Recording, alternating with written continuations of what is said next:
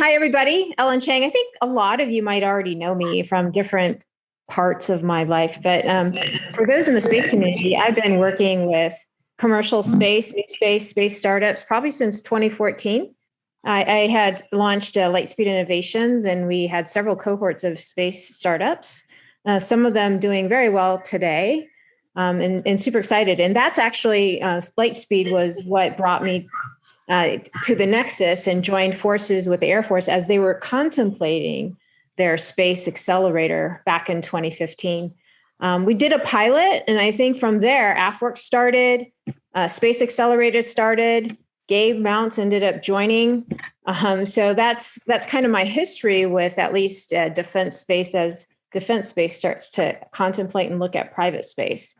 So Gabe, are you on?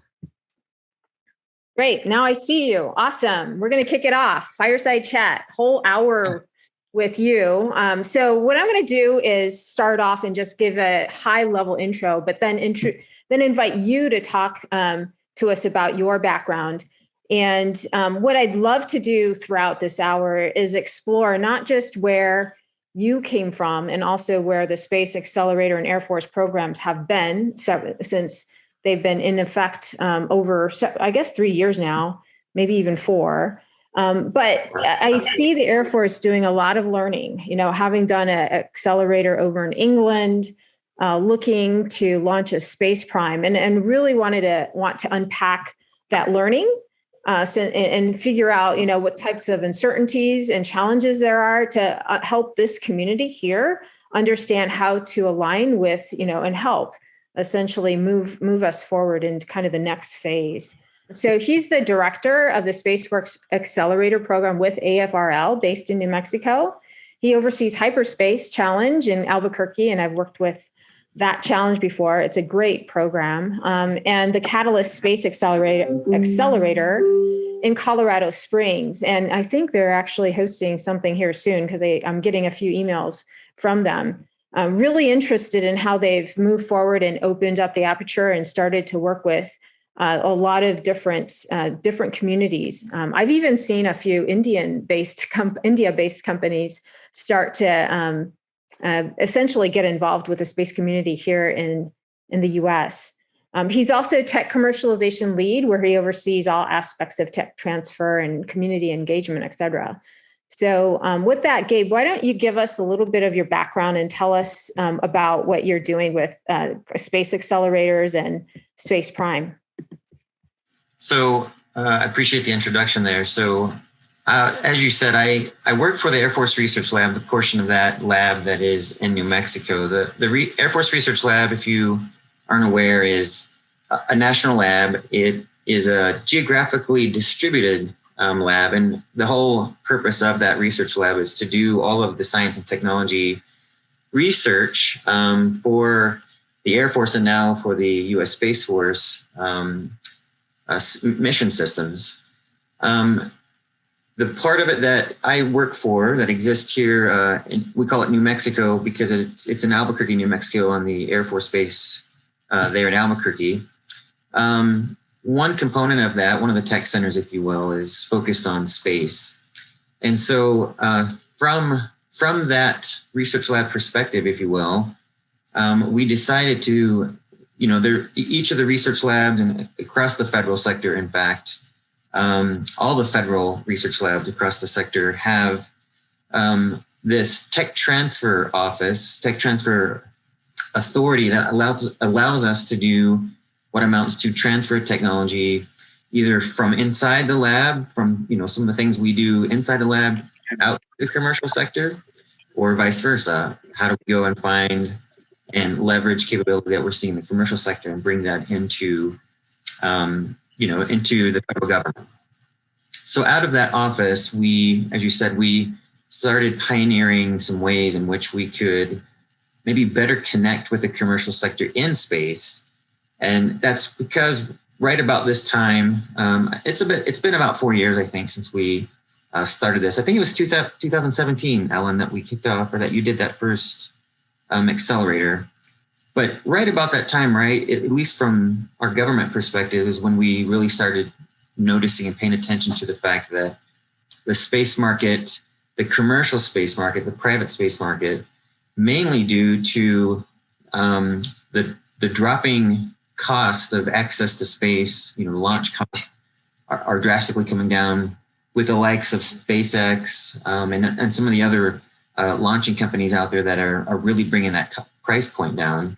We're seeing sort of this, and I hesitate to use the metaphor, but an explosion of the commercial market into the space sector. And so we're seeing a ton of innovation happening because of that. So obviously the federal government and of course US Space Force now, Air Force, and thereby some of the activities I'm involved with, we really are trying to understand how we can't perhaps adapt or adopt that capability and that technology into our mission purposes, or for mission purposes, into our mission systems. And so as you started to do that, what have, you've engaged with these different new companies for a few years now. What have been the successes and what have been the challenges? Well, I think early on the challenge was simply trying to understand what was the state of, if it, as it were, the ecosystem for space. So really just trying to go out and, in a sense, do tech scouting, but trying to understand what is the state of that ecosystem, and then how do we then engage with it? Once we started running a few of these accelerators, and by the way, I do have some background material that I can go through quickly to show people more of a visual, maybe help them kind of digest the number of programs that have now sort of ballooned out of this effort. But that initial heartache, if you will, for us was trying to find out what was the state, how many companies, who's doing the innovation, or who is doing this kind of new capability development. Later, it just became, then how do we create the right mechanisms to partner with those companies? In a lot of cases, right, startup companies. The language we use inside the fence is we typically call these companies non-traditionals, meaning companies that perhaps have never worked with the federal government, or companies that we have never considered working with. And by and large, a lot of times that's a startup company, because startups are earlier in the maturity of their company. So they're early in the maturity of the tech they're developing. Anyway, we started exploring ways in which we could better connect with those companies. And that became the next sort of problem to tackle, was what mechanisms do we have that we can leverage to better partner with the commercial companies at that stage.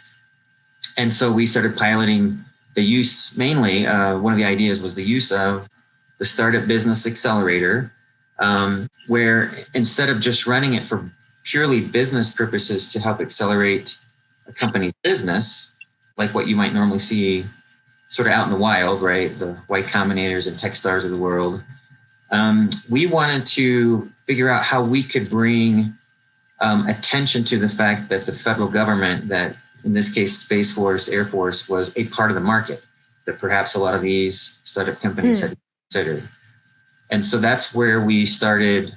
Partly what we do is we curate problem sets from across the federal government to bring to bear into these accelerators in order to have some real sort of pain points that then companies can really focus on to determine, is their commercial facing capability something that could actually address this government or this, defense related mission need. And it's just a matter of exposure and connection. You want to bring up the slide then? Yeah, let me bring up these slides to just go through the programming and you kind of a sense of what has happened as I talk through more of the programming, different programs that we run. I've been referring to this for a while as we've pioneered the use of the accelerators, and then as we spun up some other programs, and then of course, right adjacent to what I run, there's other offices across the Air Force that stood up. You mentioned that AFWERX, this innovation office out of the Air Force called AFWERX, really stood up, started going strong. They too were running accelerators and other programs. So altogether, we started seeing a multitude of programs And I'm starting to now call this how we're shaping that into, or at least for the U.S. Space Force, an innovation pipeline.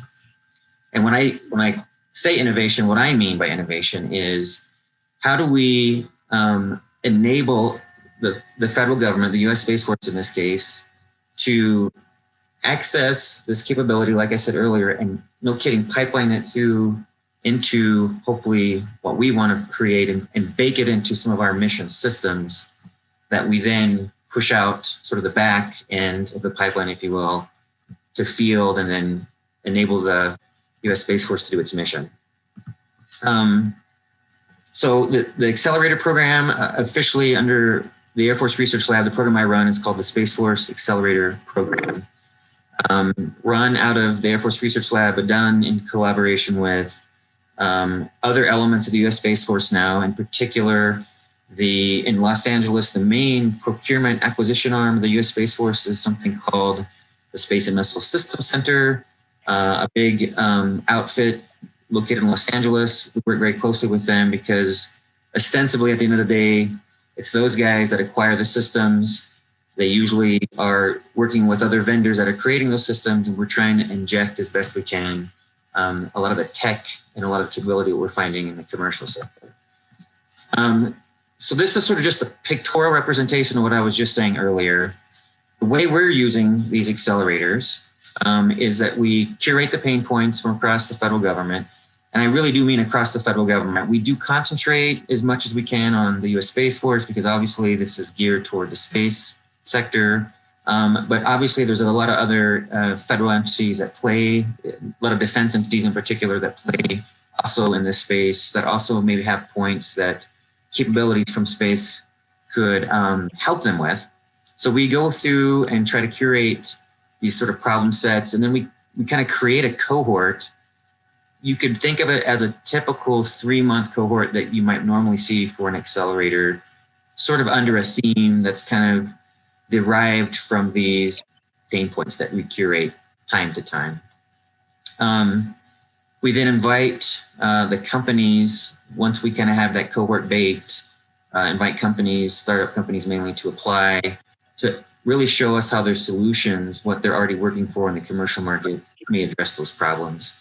And the idea is that once we get that accelerator going, there's a lot of interaction between the companies and between our beneficiaries on the government side to understand, what can be, what new kind of innovative things can be brought to bear. And then out of the back end, essentially at the back end of these accelerators, we do include a typical pitch day, a demo day of some sort, where it's a public event. We invite as many people as we can get to the event. And of course, now in the virtual space, it's more and more people in order to see what these companies are doing, because we don't necessarily want these companies to be only providers for the federal government, right? So I do have mechanisms. We have been trying to use a variety of federal contracting tools to hopefully then provide some funding, some early stage funding, if you will, to some of these companies. But that's not our only outcome necessarily. We quite frankly want the companies we work with, we really want them to stay focused on that commercial market, just because the way our commercial system works here, especially in the US, it already sort of naturally grows companies in the appropriate way, and we don't want to disrupt that in any fashion. So we're not necessarily trying to create specific, pull companies directly or, steer them directly to our particular mission needs only. But we do, through this process, want them to become aware of what we're working on so that when they do start becoming more mature as a company, later on, it might be easier for us to work with them because they now know what we've been struggling with on the problem side and have more of an idea of how they could address that. So it just makes it, the hypothesis, it just makes us easier to work with down the road. And so you see kind of this one block that talks about the prototyping phase. That's a bunch of the contracting mechanisms that we use in the federal government side, but we're also interested in getting as much exposure for the companies as possible in the private sector. So that's venture capital or any of the other ways that a company might create business and develop some revenue. Specifically, just to give you an idea what those programs are, a link at the bottom of this slide. We have sort of a website we've put together, just a landing page really to show you the bevy of accelerators that we have been running. And that's my program combined with some of the programs that AFRL had originally stood up. And so that's what the website's for. I'll go into some of the detailed programs. These are some of the outcomes that we typically say we want to see. So this market focus, mission aware kind of rubric here is we expect outcomes to be mainly focused on the typical hockey stick growth curve that most startup companies want to see, which is getting some investment. Your growth curve is that way no matter whether you like it or not. Right. I've put a bunch of other blocks here along kind of that normal, what you might call the typical growth curve. So you have heard some of the other programs existing in the defense sector, Defense Innovation Unit, for instance, the AFRL office. There's even an office out there that's sort of a hybrid between an entity that serves the federal government, but that is also, in a sense, investing. That's NQTEL. We consider our programs to be even earlier than any of those programs as far as the maturity, perhaps, of the capability that these companies are working on, and also the maturity of the company itself, and maybe the kind of the dollar amount that they're actually looking at, kind of early stage. The other two outcomes are simply that maybe, I mean, it's not out of the realm of possibility whatsoever that we just find something so great, and we've been able to put together our contracting strategy well enough that we really just contract directly, and they become, no kidding, big provider, right then and there from this interaction. So that's definitely an outcome. And then we have sort of this outcome between the two, and that's an outcome. In fact, Ellen, I think our hypothesis originally was, if the government invests, if the government comes to play at an early stage of a company's growth, and they're providing some funding, is that actually a detractor to the company's growth, right? Because perhaps the federal government for a long time, the pain points that we're working through here is our contracting mechanisms for a long time are just really unwieldy. It's very hard on a startup company to work with the federal government through our typical mechanisms at times, mainly because it takes us a long time to get those awards made. It has in the past. So a lot of companies don't have that much runway, and it's kind of out of phase. It's been out of phase, I think, for a long time.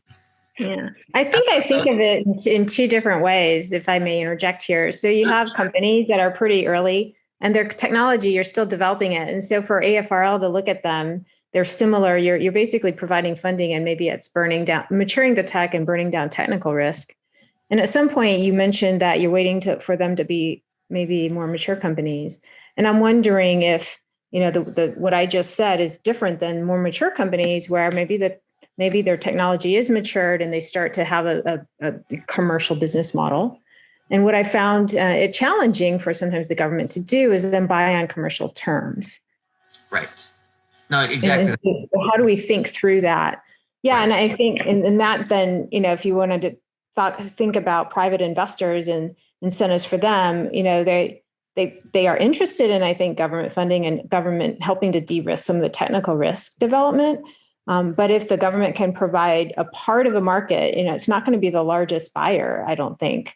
Right. And that's kind of how I think a lot of private investors might think of, the government as supportive, but it's yes and, right? Yes and to, it's an additive to the commercial kind of business model. Yeah, right. So I think what we have been finding out, and I'm kind of painting a broad brush approach here. This is not necessarily the case for every single action and transaction that we're working. But in a lot of cases, we are finding that, and this is also because the AFRL office, when it was stood up, one of the major things it ended up doing to help make this transaction easier for the small companies was using our Small Business Innovative Research grant mechanism. For the Air Force, they're not actually grants, they're real contracts. But across the federal government, all the agencies have this ability to issue these small business innovation research contracts, if you will. The Air Force, Department of the Air Force, and that includes now U.S. Space Force as an additional U.S. Air Force, right? The pioneering thing here for that office was changing the way we do that SBIR program to make it a bit easier for smaller companies to get those contracts on the order of what you just said, the normal operations that a small business needs to work out. I'll say that it's still evolving. We're trying to tweak it. That office is trying to tweak it in this program, and some of the other programs I'm associated with are part of that government ecosystem trying to work that angle. But I think because of that, because we've been able to work very closely now with some of these small businesses through these fast reward processes, we are starting now to see that it's been important, at least to some investors, we've been told that they do like us coming to bring these fast awards to bear, because it does give a little bit of capital injection, and it also helps to formalize the company's sort of business operations, right? We require certain things within our contracts. You have to have certain kind of accounting schemes and a lot of other things that helps, if you get a contract with the federal government, in a sense, shore up some of the business operations that seems to make some of the investment community pleased, happy. So they seem to have, we're seeing this middle element crop up a lot, quite frankly. So there is investment to some of the companies that have also come through these activities like what I run and the SBIR process and others. Some nuts and bolts about our particular program, as you said earlier. My particular program really is two particular individual accelerators, the Catalyst Space Accelerator in Colorado Springs and the HyperSpace Challenge here in Albuquerque, where I'm sitting currently. And then we've helped kind of stand up some others along the way. At one time, we helped kind of seed fund the TechStars Space Accelerator. Some of the first cohorts were TechStars and the company Starburst were fielding that, and I think that particular program has evolved. But that, as you said as well, we helped one of my colleagues, one of the folks that helped us found this whole use of accelerators, went off on a broadening tour to the UK and helped stand up the International Space Pitch Day, which included sort of an acceleration component as well. The whole point there was to see if we can also, figure out how to better work with the international community in the space market as well. I'm not going to go over this too much, but this was just some of our leading indicators to say we really are seeing some traction amongst these different outcomes. And of course, we're seeing some outcomes too that are, we're trying to adopt ourselves the lean startup mentality. And we know that in some cases, this is just not going to work. So we have an outcome 4, which is I'm not seeing traction. We've lost track of the company. Maybe the company didn't succeed, but we have some leading indicators that are showing that this seems to be working. Probably the best indicator is just that we're making connections now between the startup community, giving them some awareness about the government as a market, and then also now giving the government side awareness of what exists out in the commercial market. What's interesting, Gabe, is since we talked about this last week, and I was just looking at your track, you're sourcing, companies, and you're moving them along. A lot of commercial tech, the commercial world is moving forward. I'm pretty impressed since Planet has launched their constellation, and at the time it was like Hawkeye's out there. We have Ursa Space, et cetera, and I think a lot of them are actually in the AWS Space Accelerator today. I'm pretty impressed with some of the imagery coming in from the commercial sector. And what I find interesting, just to kind of build on your point here, is the Air Force is able to access that, and maybe there's a thought around it even impacting ConOps, because I think the way the warfighter works, there's more options for the warfighter to actually get what they need out of these different systems. Do you think about that? Do the accelerators touch that at all? Are you thinking about including that aspect too? Definitely. as I said, we're kind of piloting a lot of this, and I'll say kind of strategically, part of the reason we're even being allowed to kind of work differently is there's two kind of, in the space domain in particular, there's sort of these two, colliding, if you will, two converging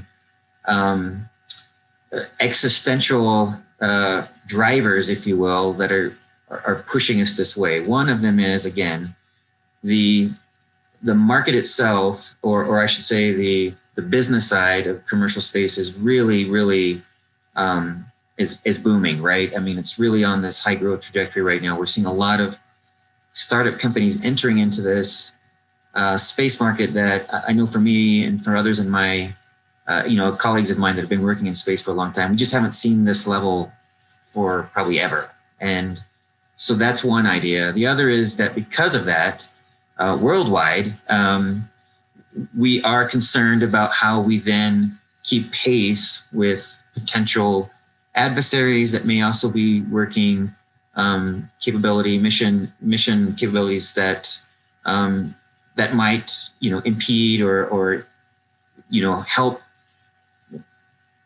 detract from our national security, I guess is the best way to say it. So because of that, we really are trying to drive our internal business operations to really do the best we can to take advantage of that. Not just kind of scouting like we've been doing with these, but then how do we progress the capability through this pipeline that we're still creating? And so it's impacting the downstream, I think, considerations for how we field our systems. And that whole process is still evolving, but it's definitely helping drive it a bit. And I think some of my charts might explain this a bit more too. So this was just sort of a public service announcement for our HyperSpace challenge. So the cohorts I run, there's 2 cohorts of the Catalyst. You see here, Catalyst Space Accelerator. We run 2 cohorts a year on that, a spring and a fall. We usually theme them. And if you want to go to, we had a survey going on here, but if you just look up the Catalyst Space Accelerator or HyperSpace Challenge, you can find out more about those programs. You can also see from this landing page, airforceaccelerators.com, you can see sort of a link to those. If you just want to get involved and figure out what, all the, what are the procedures are to get involved with those if you want to apply as a company. But for HyperSpace Challenge, one of the other things we're evolving here, Ellen, is we're now starting to focus on how we can access the same kind of innovation, but out of the university, our academic sector. And is there a way to sort of merge that to some extent, right? And I know for your organization, BMNT, there's already a great program running that BMNT is in charge of called Hacking for Defense, all about really exposing government, federal defense mainly, problem sets to the academic sector. And so just trying to work on how we can also bring university teams into this fold. So we're going to do that this year. That's great. That's awesome. Also, if you happen to be a government person on this Fireside Chat meeting, we are taking some problem sponsors for the next this next fall cohort of HyperSpace. We run 1 cohort a year for HyperSpace in Albuquerque in the fall. So you can see the call for sponsors here. But I wanted to give you a bigger picture of not just the accelerators that I run, but how that fits into a bunch of these other programs. Well, before you go on, just a second. So maybe there's companies who can get involved. There's problem sponsors that can get involved. What if folks wanted to mentor? Is there a way for mentors to get involved? Yes, we oftentimes are collecting interest from a variety of parties. And so, just contact me, or reach out to the folks in the email addresses there, but contact me and we can definitely plug you in some capacity if you're interested in that aspect of it. Yeah, so in the wider, I would say, U.S. Space Force innovation ecosystem, a number of other programs have been running. I've named a few. I haven't gone through all of these, but the point of this chart will become apparent here in a bit, is that we have a number of these running. What's the difference between them? Well, they're all different. They're focused a little bit differently on perhaps the maturity of the tech, The programs themselves offer some different level of interaction with us as a federal government. So we kind of have that there. The model itself, the accelerators are a little bit more intensive. The pitch days are sort of the part of the SBIR process that AFRL has also been utilizing as of late, where when you apply for the SBIR award, you can also go to one of these pitch days to sort of pitch to the Space Force, kind of like you might pitch to a venture capital, with the intent of trying to get, make some really quick, fast awards from that pitch day activity. What I wanted to, and perhaps another thing I should mention, is that outside of sort of this tech scouting function, if you will, this function where we're looking at the commercial sector, we're also trying to adopt, especially on our information technology side, we're trying to adopt and ingest for our software. There's a lot of software that we use, and our normal procurement system really has not kept pace, unfortunately, with the pace of technology development when it comes to software. So there's been a very strong concerted effort across many of the defense agencies to start adopting more agile software approaches to how we both either create our own capabilities with software, how we ingest it from the commercial sector. One of these line items here is called Space Camp. It's one of those agile software programs that's run. It's not run in my program per se, but it is run in association, kind of right adjacent to me by another AFRL program manager out of the Catalyst campus. There's several others. And the whole point is both to help the inside defense, if you will, federal government learn how to do this agile software development a bit faster, while also providing some sandbox. I call it a sandbox, but some sort of software pipelining where we can also quickly acquire software capabilities that get created just on the commercial side and pipeline them through this really quick agile software development pipeline. So I'm saying all that just to say there's a whole bevy of programs, and we are essentially now kind of transitioning. I'll come back to that slide in just a minute, but transitioning that and kind of meshing up all that into this new office coming soon called SpaceWerx. SpaceWerx will very much model the AFWERX, if you know anything about the AFWERX model. Basically 3 big lines of effort.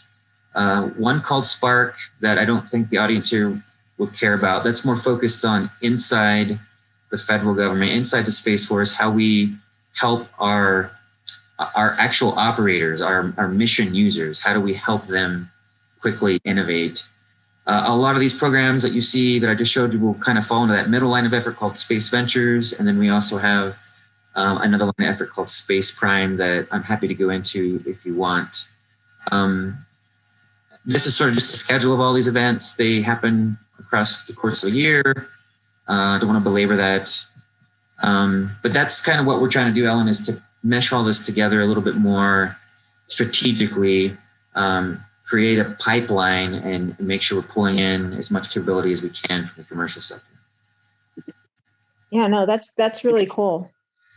I guess from a going forward perspective, how do you plan to change the programming that has already gone, essentially start through the different accelerators? I know they each take a different approach. I don't know if there's,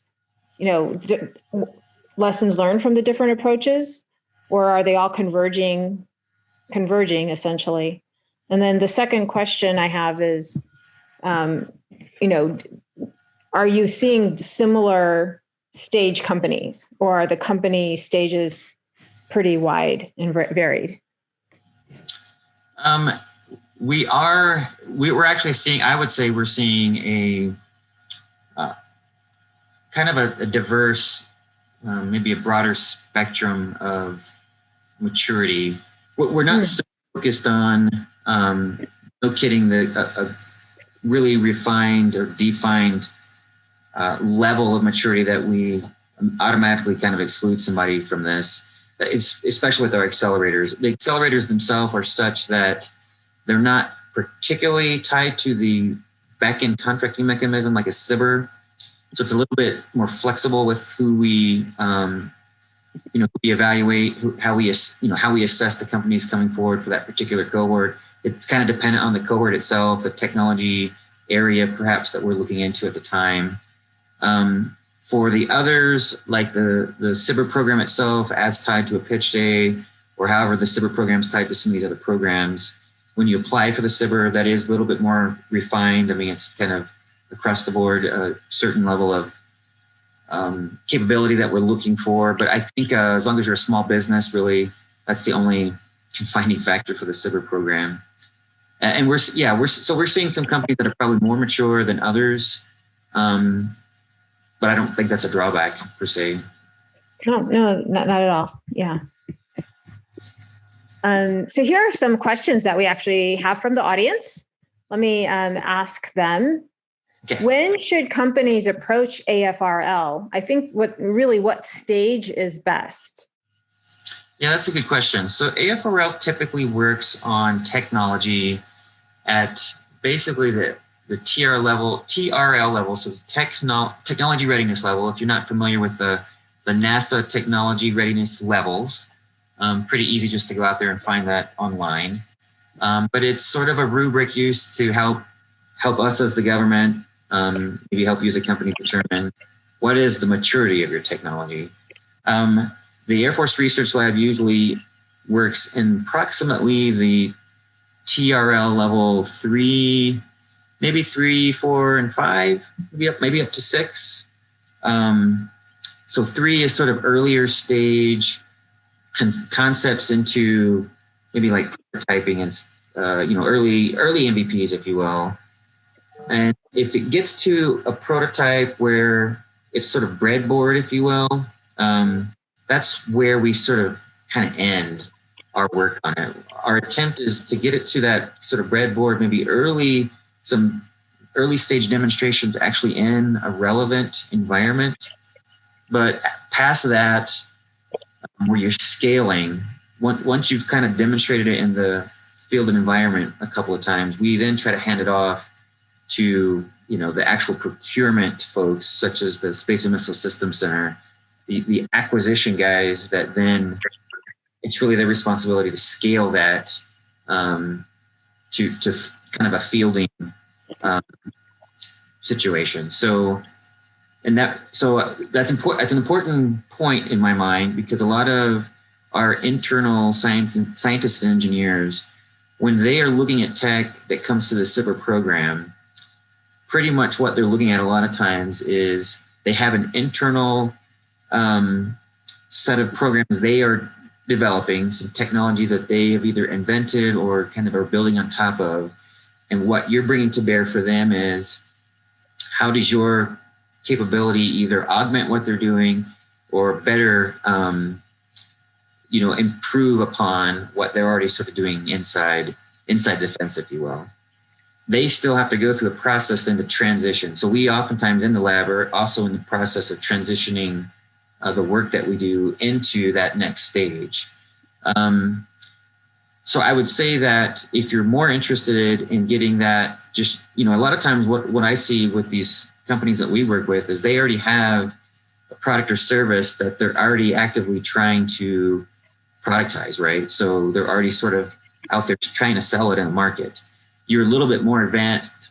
In my opinion, I think a lot of times you're more advanced than what we would really be able to ingest. It's not an exclusive statement. That's not always the case. We do have an element, especially for space, where we're doing sort of integration. We're taking a multitude of different piece part innovation that we've done in the lab and trying to integrate them into maybe a newer innovative system. So there's kind of an element there that you can pipe into. So I think I'm most interested at times bringing companies through and also getting them more directly pipeline into that later scaling phase within what we're trying to do in our mission system side with the folks such as SMC in Los Angeles. Gotcha. Okay. I think you kind of talked about funding opportunities then. I'm going to ask this question. Where will SpaceWerx be located at? And will there be multiple hubs like AFWorks? I guess the current situation is that it belongs, the physical location right now, because it's being, in a sense, administered by the Space and Missile Systems Center in Los Angeles. It'll be in Los Angeles, will be the sort of focal point. But we expect that because, and I should say this too, so SpaceWerx is sort of a subsidiary component to AFWERX. So there's a formal tie between the two organizations. In fact, this is just a element of the larger AFWERX. So I expect that each of those AFWERX hubs that already exist, there's one in DC, for instance, one in Austin, one in Las Vegas. They will probably have, their normal AFWERX operation will include now this space element, SpaceWerx element.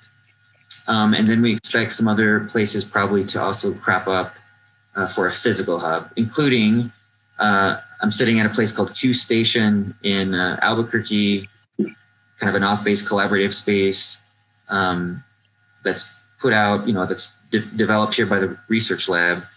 I expect this will probably be sort of an outpost, if you will. Our place in Colorado Springs at the Catalyst campus might become an outpost. And then you might see outposts like in Boston and some other places. I think some exploration is happening around the Austin hub, maybe even in Houston. So nothing definitive yet, but that's what I think is under consideration. Ah, interesting. Having said that, the teams that operate, that are being pulled together to create kind of the government side of this operation, just like with AFWERX, we're all distributed anyway. So in a sense, the physical hubs are probably cool, but we're in existence in the virtual space with COVID. I mean, we're all working virtually, so I'm not sure the physical hub matters a whole lot. Not unless you're providing a whole bunch of lab equipment, test equipment, right.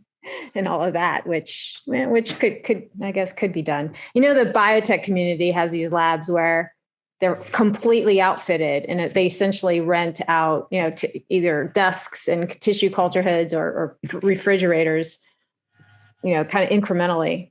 Right. And I often thought that there could be such an accelerator for the aerospace sector, just not biotech equipment, aerospace equipment.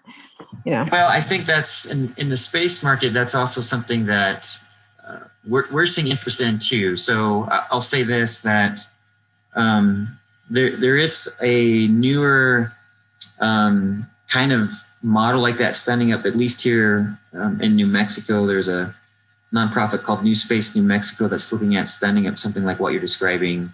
Oh, cool. I think in Los Angeles, I've seen a lot of different plans for what might happen around or in the Los Angeles area. And I don't think I really have a good perspective on what's already in existence in the commercial sector out there. So I think there may be things like what you're describing there. You can correct me if I'm wrong, but that's what my impression is. Yeah, I guess I should update. I know there's a couple of folks that are networked. It's not like in a hub, and maybe the Aerospace Corporation actually has something to offer there. Do you want to talk about kind of the Space Prime initiative a little bit, since Sure. you have it up here, and see? I know there's a couple areas you guys are looking at, and might be good to inform the audience here.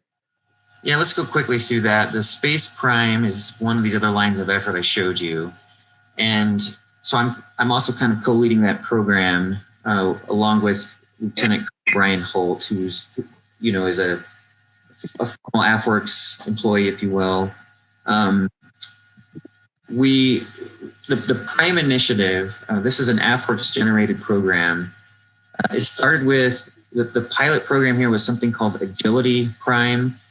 The Prime. So here's where the Prime comes from. The whole point behind this is accelerating a commercial market, maybe unlocking a commercial market that is maybe nascent, just on the cusp of getting going. Where if the government were to bring some resources to bear and some capacity, it might accelerate it, right? So priming the pump, if you will, that's where the Prime name comes from. Priming the pump on some nascent market might have applicability to U.S. national security. And also there's a play here to approach it from a U.S. economic prosperity piece as well, which is the whole point of the market acceleration intent here. The Agility Prime program, if you weren't familiar with that, was looking at kind of the loosely called the flying car program, right? How do you accelerate the electric or otherwise VTOL market that was nascent, but that for various reasons had not quite got over that hump. So what we're going to do with that Agility Prime program, they were able to kind of successfully use government resources. In particular, one of the things that came out of that program that was considered to be quite successful was for some of these companies that came through that program, we were able to arrange, the AFRL office was able to coordinate with the FAA such that through that program, some of these companies were able to get an airworthiness rating. And my understanding is that just getting that airworthiness rating was enough of a bump to help some of those companies make a little bit more traction down the road toward maturity and perhaps a real business plan for a market. So what we're doing now for space is we are looking at what is the markets out there that are sort of in that nascent stage that if primed, like federal government resources might kind of get them over the hump. So at the bottom, you see some of the sectors, if you will, technology slices, perhaps slices we've been looking at. And I think we're actually, I'm showing you what is for public consumption. We've gotten a little bit further down the road as to what we think the market really looks like. So part of our due diligence here was understanding both what the government mission need was, and then trying to understand how, based on that need, how does it intersect with these sort of nascent areas in the commercial sector? And that's where we kind of came up with these six, this on the bottom of the slide, the six kind of slices, if you will. I'll say right now, it's very, very strongly likely that several of these will just kind of morph together. So for instance, I mean, it makes kind of, if you're involved in space already, this already kind of makes sense. I hope, hopefully it's self-evident here, but the advanced space maneuver, the orbital refueling, manufacturing, we put mining in there, but some people have heard of the orbitals on orbit, advanced manufacturing, and servicing, the logistics element, sometimes you hear it talked about, and even going so far to one stage of calling it to doing functions like orbital debris recycling or something, that you could probably think that's going to all fit together. And so we're creating essentially some lines of effort to take forward under Space Prime and trying to really work on that first line of effort based on what one of these slices might be, or how we mesh a few of these slices together as sort of the theme and objective that we want to pursue for Space Prime. We are now at a stage where we plan to launch the Prime. Both the launch of SpaceWerx and the Prime, I think, is being planned for later this summer. But for Prime in particular, regardless of what happens with the official SpaceWerx launch, I think for our Space Prime, we're looking to have something a little bit more formalized, hopefully by August. I wanted to highlight on here, though, that we already do have set in September for those folks who are investors. In September, we're having a space investor event. And the whole point here is we would like to invite, we are working on one of these other pain points. And I'm kind of going back to one of the early discussion items. We've been doing a pretty good job of working with companies now, maybe a lot of work still to do, but we're now trying to figure out how do we bring more of the investment community, how do we partner better as a federal government, not just with the companies themselves, but with the investment community, so that in sort of a collaborative way, we can help improve and just fuel a bit more the space market. Again, we don't want to be detractors to what normally happens. We just want to come in and be good partners as possible. So we're looking at ways to involve the investment community.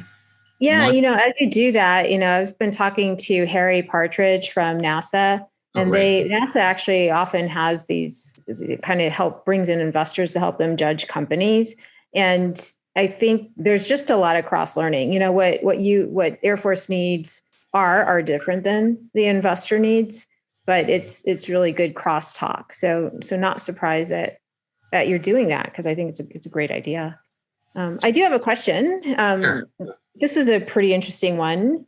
So all the programs that are highlighted are really about onboarding or accessing startups, small businesses, and accelerating them. Have there been any accelerators that focus on, transferring Air Force technology out? And would that be something of interest? I mean, I think Ensign even has a program like that called Fed Labs Fellows or something like that. Right. There's a few. Ensign, I think, right now has the most well-known one across the federal lab sector anyway. They run that FedTech program, and there's a few folks involved with that. And a person in particular, Ben Solomon, I think, runs the FedTech program for a lot of the federal labs. It's very similar to what I was describing earlier, what you're saying, but sort of the difference is that instead of a company being accelerated, using lean startup methodologies to accelerate their business, the federal government scientists and engineers go through the program. So they, bring to bear whatever maybe inventions they're working on. Typically for the federal lab, it's all about when you transfer technology out of the lab, the real way you do that is we patent our technology, and then we try to get those patents licensed in the commercial sector. That's the main way we transition it. So a lot of those programs, like what Ensign runs, FedTech, is about taking some of the IP with the sponsoring subject matter expert, maybe the inventor, for that technology, running them through a lean startup accelerator, and really trying to understand, is there a way to either create a company around that technology for the commercial sector, or maybe there's already a company that's trying to create another business opportunity in their portfolio. Some of them involve bringing entrepreneurs and having them, pair with the inventors to create a team to go through this acceleration process.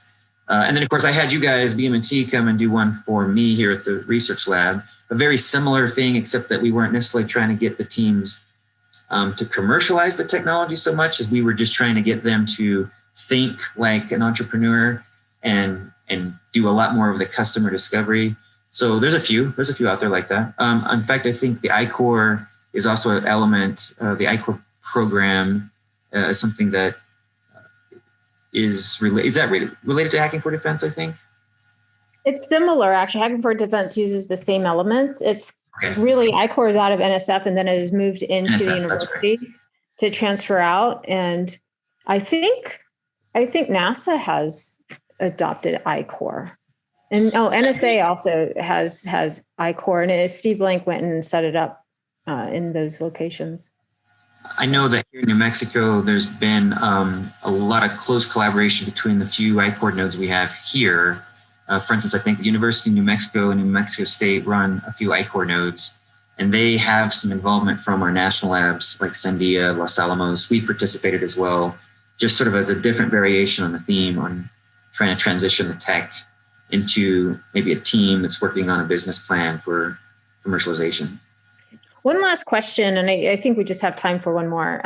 One person asked, are there funding opportunities through AFRL? And in my mind, it comes out of SBIR. Maybe AFRL participates in the SBIR program. And I imagine there's probably some sort of broad area announcement if you guys are looking for specific things. Can you talk about the strategy there? Because I know each service is slightly different in how they approach that. Right. Good question there too. So we do have a few opportunities. We do leverage the SBIR program. Right now, the SBIR program in general is overseen now by the AFWERX office. So sort of being pulled up to that higher level, really at AFRL, sort of headquarters level, if you will. But each of the technology centers, these geographically distributed centers, taps into that. So many of our scientists and engineers act as a technical point of contact within those awards. Many of them are actually involved in creating some of the topics for the solicitations that go out for those awards. So the normal SBIR program, 3 cycles a year. You can go to the Air Force website, Air Force SBIR website, to kind of find out what those cycles are. So that's one opportunity, probably the easiest opportunity.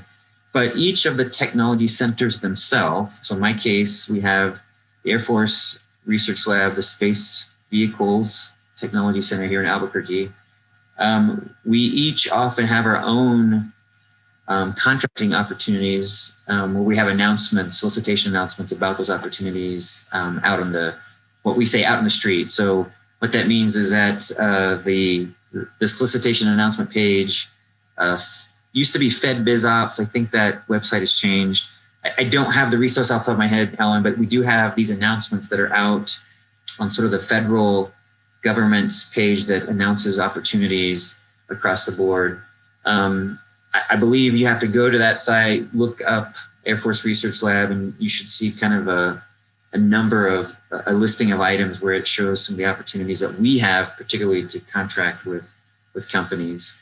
I could probably find those resources specifically to share later if you want to distribute. I think it's Beta SAM is what you're talking about. Yeah, Beta SAM. That's right.